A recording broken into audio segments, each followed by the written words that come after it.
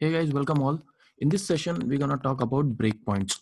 So there is something called breakpoint which we can use in an OpenScript tool in order to debug a script if it's failing somewhere else, or during development also it helps a lot. So today I'm gonna help you to understand what this breakpoint is all about and how we can enable breakpoint, disable breakpoint, and in what scenarios you should be using the breakpoint. So before I proceed, a small request to please subscribe and like my videos. It will motivate me to create more videos for you guys. And if you're looking for a detailed OATS training, so the details are at the bottom of your video. So do contact me and I'll be happy to help you. So let's talk about breakpoints. So the breakpoint, basically what it is. So breakpoint suspends the execution of a program at the location where the breakpoint is set. So as name indicates, it breakpoint. So it is a point in your script where it breaks the execution. So if you have something executing from line number 1 to 10, and if there is a breakpoint at line number 5, then basically it come till line number 5 and it breaks the execution, means it stops the execution there itself. It pauses the execution. Okay, we'll see that how it works. So an enable breakpoint cause a thread to suspend whenever the breakpoint is encountered. Enable breakpoints are drawn with a blue circle. So basically how you'll identify that there is a breakpoint in your script, you will see a small blue circle just next to that particular script, or that next to that particular code line. And if the breakpoint is applied but it is disabled, then it will look like a white circle. We will see a demo how it looks like. So in a demo, I'm going to walk you through how to basically set a breakpoint, enable it, and disable it. Okay, so let's jump back to our OpenScript. So see, this is the OpenScript ID, and I created a simple breakpoint script in which I only have print statement. So as you all guys know, info is nothing but system.out.println in OpenScript, right? It's pretty easy. Just type info, and whatever you type inside it, it's gonna print in the console. Now, this is my normal script. It's not launching any browser or it's not doing anything, but just I'm gonna help you to understand how the breakpoint works. So if you look at right now, I have so many print statement inside my run method. Now, if you are working in one of the complex script, and sometimes we feel that I want to execute till this point and I want to pause it for a moment. Maybe you want to debug something, or you want to take a note of something, or you want to see how the script behaves. You want to pause that execution at that particular point, and then you want to manually resume the execution, right? So how you can do that? By applying a breakpoint. So how you can do it? For example, at this particular line, if I want to pause the execution, how can I do that? First of all, let's enable the line numbers. How can I do? Just hover your mouse on your left of the ID, right click, and show line numbers. So now I have line numbers. So I'm talking about I want to enable a breakpoint in line number 34. What does it mean? When I'll execute from top to bottom, the moment the execution comes to line number 34, I wanna pause the execution. So how can I do that? There are multiple ways with which you can apply a breakpoint. The first thing is you right click on that point and you say toggle breakpoint. The moment you say toggle breakpoint, this blue circle indicates now you have applied the breakpoint at this particular line, which is line number 34, right?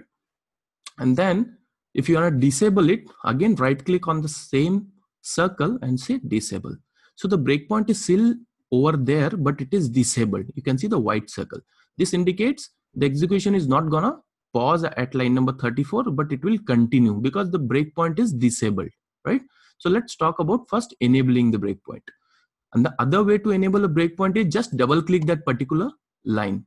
So let's say this is the original script which doesn't have any breakpoint. At this line, I want a breakpoint, just double click over there. That's it. It applied a breakpoint. Now let me run this and show you how the breakpoint will actually help you, or how the breakpoint actually behaves. So there is one more thing before I run. Go to the view and make sure that the tree view breakpoint is kind of enabled. So the moment it looks like this dark blue, which means there is something called, see here, double blue circles. Just click on that. This is the tree view of a breakpoint. So when your script is gonna execute, it will show at what line number your script is currently paused. So I'll show you how it works. Now let's run this script. So we do not have any launch browser as such. So let's go to console and see the execution. It will print all the statements, whatever is there, right? And we are expecting it to stop at line number 34. Instead of saying stop, I'll say pause. See, now the control came till line number 34. And now if you look at this, right, it says resume. The execution didn't stop. The execution just paused for you. And because we have applied a breakpoint at this particular line number 34. Now, if you're not sure where my script has paused, now what you should do, you should go to this tree view breakpoint, and here it will show you that, okay, currently your script has been paused in line number 34, right? Now you do your debugging, you know, if you want to go to an application and want to do something manually or whatever you want to do, just note down something else maybe, and then you want to resume the execution. So just click on resume. So it will continue with the remaining steps. You can see it. Our breakpoint was at line number 06, and then the moment I clicked on resume, it executed the rest of the script and the execution is done, right? So this is first breakpoint. So let's say I have multiple breakpoints. Another thing to notice is you can't apply a breakpoint where there is no code. What I mean to say, line number 35, 36, 37, there is no code, right? So ideally it doesn't make sense to apply or to set a breakpoint where there is no code lines. So let's try to do that. If I right click on line number 36 and try to toggle a breakpoint, see, it didn't actually set a breakpoint at line number 36, but eventually on line number 38, because that's where the first code line is. Of course, it makes sense. So double click, disable, double click, enable, right? So now I have, let's say, 2 breakpoints. So let me put it in line number 41. So now I have 2 breakpoints. One is this and another is this, right? Let's put another breakpoint over here, but I'll disable that. So what I mean to say, the breakpoint is set, but it is disabled. So it's when I'll execute, it's not gonna pause in line number 29, but it will pause line number 34. And then once I resume the execution back, it's gonna pause once again in line number 41, right? Let's see.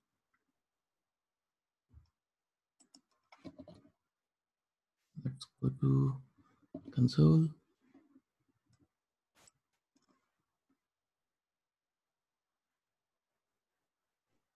Cool. See, it didn't pause a line number 29 because we have a breakpoint there, but which is disabled currently. As I said, the disabled breakpoint will show like this white circle. Okay. And then this is where my breakpoint is currently set. So now you can see line number 34 and line number 41. We have 2 breakpoints, right? Now I'm gonna resume the execution. Now let the see, the execution continued, and then again it paused in line number 41. Let's resume it once again, and done.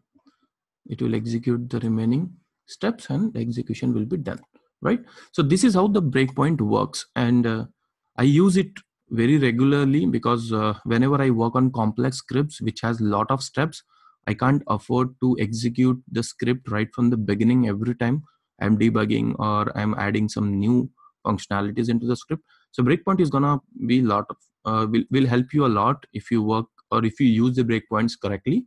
And make sure whenever you're checking the script or whenever your script development is done, you actually disable all the breakpoints. You don't want, you know, to check in the script with have the breakpoints which are enabled, because it's gonna cause trouble when it actually execute on your server.